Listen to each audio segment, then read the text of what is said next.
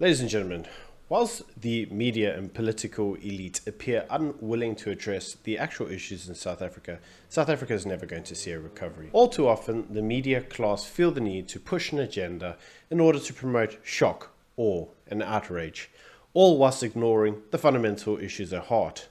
On the day that the man-child known as Adrian Basson wrote a hit piece on the president's integrity, the same day his outlet issued a press article around mass shootings in South Africa. The crux of the article, according to John Berger of the Institute of Security Studies, the preferred propagandist for Propaganda 24, is that South Africa is on the verge of becoming a mass murder state.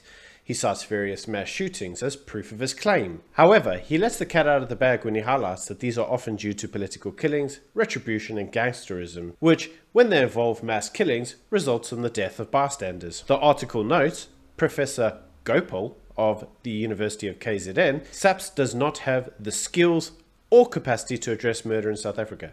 SAPS training is different from international standard and resources are scarce. As you can see, the issue highlighted by the academics is that South Africa as a whole doesn't have the relevant capabilities or resources to tackle crime in a serious way. Budget cuts have resulted in many of the forces going underutilized, which often leads to them being unable to actually combat crime in an effective manner. So what does Adele Kirsten of Gun Free South Africa conclude? What would be the correct remedy of this?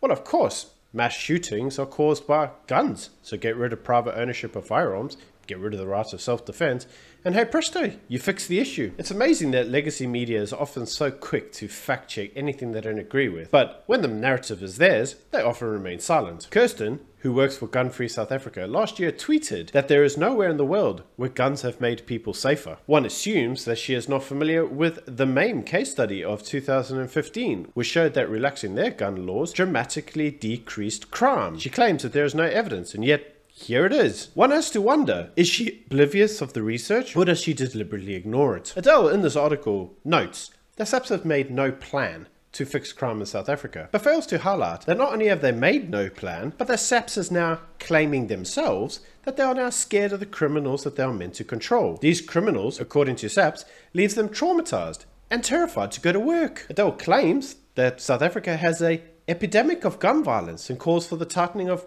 gun controls on legal guns and ammunition, as she claims that it is legal gun owners who are responsible for firearms getting into the hands of criminals. Adele clearly ignores the evidence which shows that many of these mass murders that she is attempting to talk against are committed using AK-47s, which are not legal for civilians to own. Many of these were smuggled over the borders or left over from the apartheid era. In many instances, the mass shooters themselves are either former or current police officers, and quite often the firearms used are supplied by the state. None of this would be surprising if Adele actually read the research, which constantly shows that the #1 supplier of illegal firearms to criminals is the state and not private citizens, as she is often so eager to claim. So why then does Adele not then make reasonable and constructive suggestions? The Daily Maverick noted that the issue was that of the efficiency of policing and crime intelligence, and that improvements in both areas would drastically improve the safety of the country as a whole. They also noted that it is the issue of illegal firearms, not legal firearms, that is the constant issue of crime. The Daily Maverick even noted that the government's response to all these crimes is usually to cut the policing budget and to make a smaller policing force, which, let's face it, isn't really going to protect anybody or stop any shootings. So why then is Adele's response not to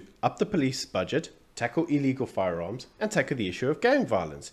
Instead, Adele claims that those who champion the rights of guns are a small yet vocal minority, all whilst neglecting to note that her own Twitter page has less than 3,000 followers, and yet is everybody else at the vocal minority. We constantly neglect to address the actual issues whilst selfishly promoting the agendas of a very small elite few. Until South Africa learns to address the problems, nothing is going to improve. The answers are right there. Ask any individual on the ground floor and they'll tell you what the issues are. Why is it then that the elite constantly feel the need to sit there and tell you that the answer is something else, that it is not? Don't fall for these tricks. Know your enemy, and if their policy decisions are promoted forward, we will see the destruction of families.